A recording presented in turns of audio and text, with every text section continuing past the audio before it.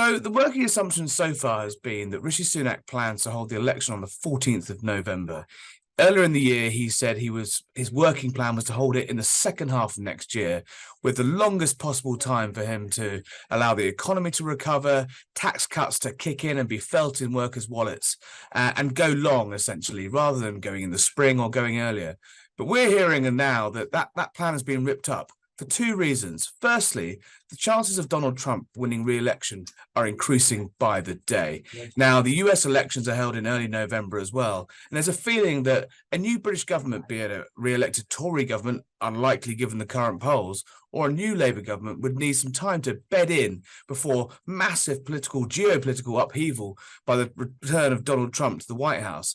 Therefore, I'm hearing that the election is more likely to be held now in the beginning of October. Now, people have dismissed that initially, saying, oh, that would ruin party conference season, where all the parties gather all their faithful in a big fundraising events, normally in sort of Manchester or Birmingham. Tens of thousands of people come to these things, lots of sponsors, and a big money spinner for the parties. Now, that would be the case, that they would have to sort of scale back the party conference season and lose that money-gaining potential. However, the Tories are pretty bullish because they've raised £16.5 million in just 4 months. So they're not really thinking about the financial hit of cancelling conference season. That actually hurt the Labour Party more, which is all the more reason to bring that election forward. So what we're reporting in The Sun at the moment is that the election's more likely to be early October than mid-November. This is a once-in-a-generation chance, a mission-led government, a partnership between government and civil society. Our door is open. We will welcome anyone who wants to make our national life better. Labour are determined to either be ready for an election in May or paint the Prime Minister as a chicken if he doesn't go to the country in May. They're still haunted by 2007 when Gordon Brown bottled an early election. He let speculation build up that he was going to go to the country in autumn 2007. And when he didn't, he was branded Bottler Brown. And that reputation that he had as a brave, solid, big clunking fists, decisive politician was blown out of the water almost immediately. So they're desperate to put that similar accusation to Rishi Sunak and accuse him basically of running away from voters. So they're getting their manifesto ready by basically the end of this week. Shadow ministers have to submit their policy plans for a manifesto so they can be ready to go in May. I don't think that's going to happen. There's only going to be a few weeks after March's budget. You'd have to declare the election almost immediately.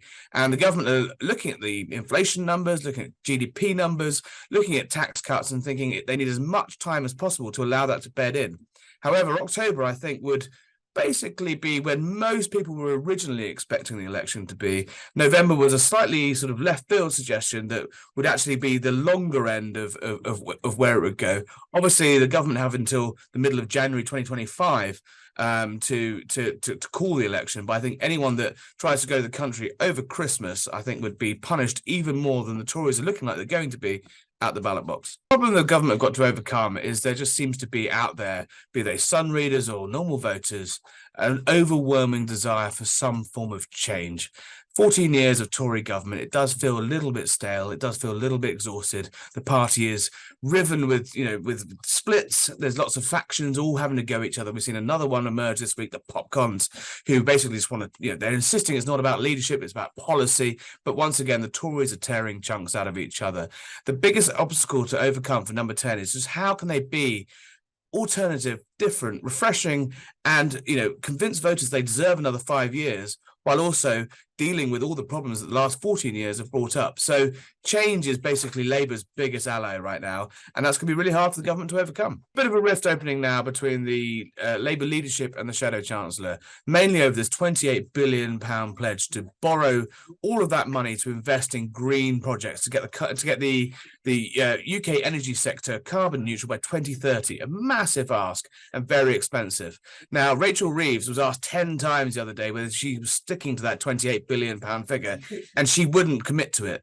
Darren Jones, the Chief Secretary of the Treasury, also asked last week whether he's sticking to that 28 billion figure. Again, wouldn't go anywhere near it. But lots of people around Keir Starmer are saying that the figure's dead. It's an albatross. It's going to be a real issue that's going to allow the Tories to attack their economic credibility in the run-up to the next election. And we were all fully expecting that figure to be ditched after the budget.